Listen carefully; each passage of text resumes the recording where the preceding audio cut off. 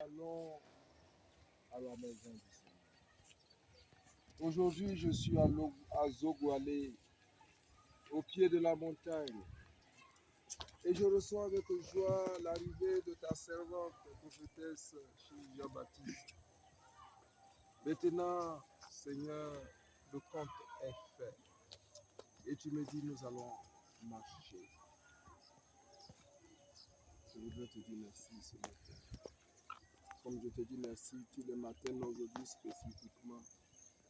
Tu as réuni autour de moi ces trois servantes, comme ton fils Jésus, lui également, a eu autour de lui des femmes qui lui ont donné la force d'avancer.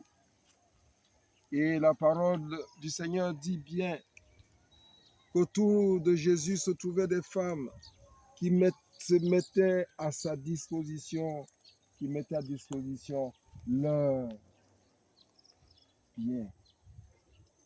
Oh Seigneur, je te dis merci.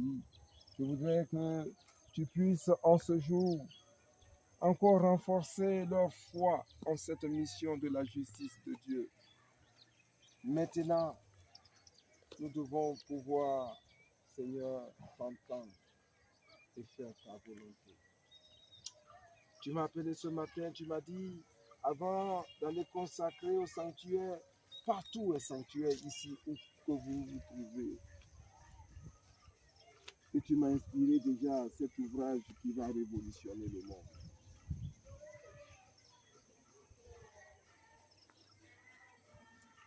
À la recherche de femmes et d'hommes libérés du monde, être dans le monde sans être du monde, manger comme si on ne mangeait pas, danser comme si on ne dansait pas.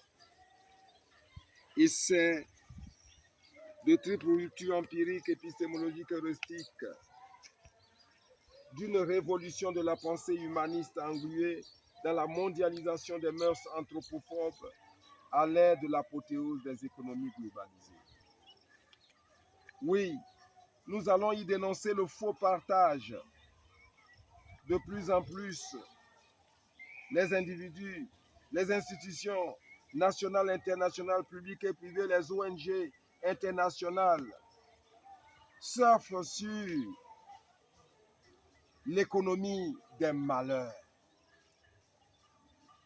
On filme des enfants, on filme des hommes et des femmes dans le malheur, dans la pauvreté, et ça permet d'avoir des fonds. Et des hommes et des femmes vivent au chaud. Ils vivent grassement en donnant, en soporisant des miettes sur ces hommes et ces femmes qui ont servi à obtenir ces fonds. L'économie de la souffrance. Mais aussi, il y a l'économie des organes humains. Il y a l'économie de la chair humaine, l'économie du sexe. Avec l'affaire Epstein, le monde est troublé. Nous sommes dans une économie globalisée qui prend maintenant l'homme comme marchandise. Oh Seigneur, nous savons que le monde va trembler. C'est ce que tu m'as dit quand la justice de Dieu va se lever. Maintenant, il ne s'agit plus d'annoncer Jésus. Parce que Jésus, il y a 3000 ans, est annoncé à tous les coins du monde. Personne, aucun individu censé ne peut dire n'avoir jamais entendu parler de Jésus. Donc, on a assez proclamé Jésus. On l'a assez annoncé à temps et à contre-temps.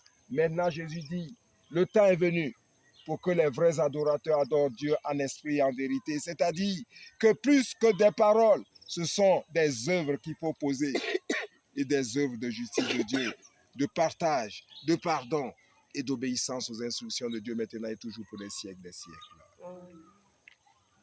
Tu coupes ça.